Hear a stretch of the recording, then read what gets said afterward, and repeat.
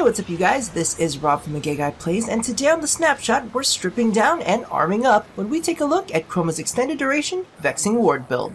So, the premise of this build is to extend the duration of both Vex Armor and Elemental Ward, greatly increasing his survivability and allowing him to jump into the thick of battle or unleash the power of a dragon. Taking advantage of his high armor potential, he becomes a premium candidate for a rage build, which can be used to fuel effigy and life strike. Now, while we're modding for multiple abilities in this build, the major premise is honestly playing with armor rating. As we know, Vex Armor can increase your current armor rating by 350%. With Chroma using a maxed out steel fiber, he's able to bump his armor rating to 735. And with Vexing Armor's full boost, he manages to score 2,572 points of armor.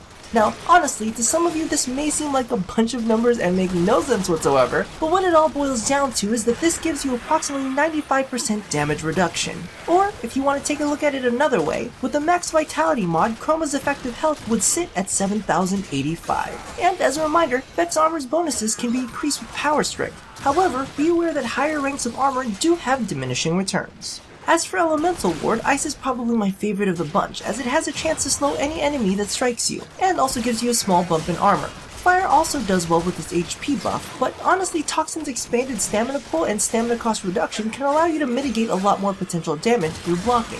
As for electricity, this one's fine, however I much prefer to use it at range. Now as for the snapshot, you'll only need 3 Forma for this build, swapping out the V polarity with a dash and adding in 2 Ds. Multiple Ds, no Vs, that's definitely the way I like to party. As for the build, it's a fairly straightforward rage build with duration and power efficiency. If you notice, additional power strength is missing due to the fact that as high as his armor rating is now, the diminishing returns on it are pretty bad. Yes, I do understand that while you gain almost 800 points of armor by slotting in Intensify, that only really mitigates an additional 22 points of damage for every 1,000 points of damage dealt to you. The only place you gain a large benefit from it is when you slip out of armor to use Effigy.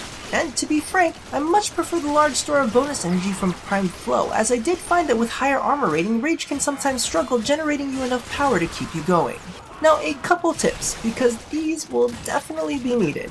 First and foremost, if you couldn't tell, this is a melee-focused build, so blocking and channeling with Life Strike is key. While that massive chunk of armor is great, it's not going to mitigate a full-on Grineer onslaught when you charge in for battle. With this build, engaging your enemies is usually the most dangerous part, and while channeling for Life Strike is a major key to this build's success, you do want to use it selectively as not to burn through your energy. Your best bet is to turn it on as you engage, and as you work through the squads, you can turn it off as their offense begins to dwindle. Another thing to note is that while Vex Armor and Elemental Ward are the main focus of this build, Effigy can also be used in a very interesting way. While laying down a dragon is a great way to provide yourself some cover and do a little damage, be aware that stripping down will cut your armor rating in half.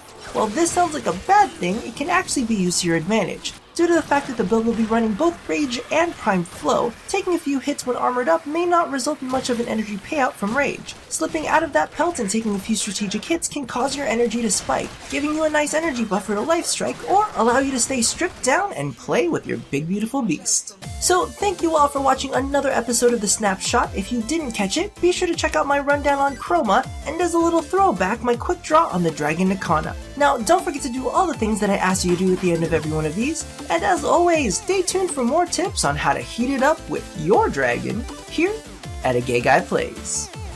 So, I guess this is what happens when you tell Chroma spitters are quitters. Not a good idea.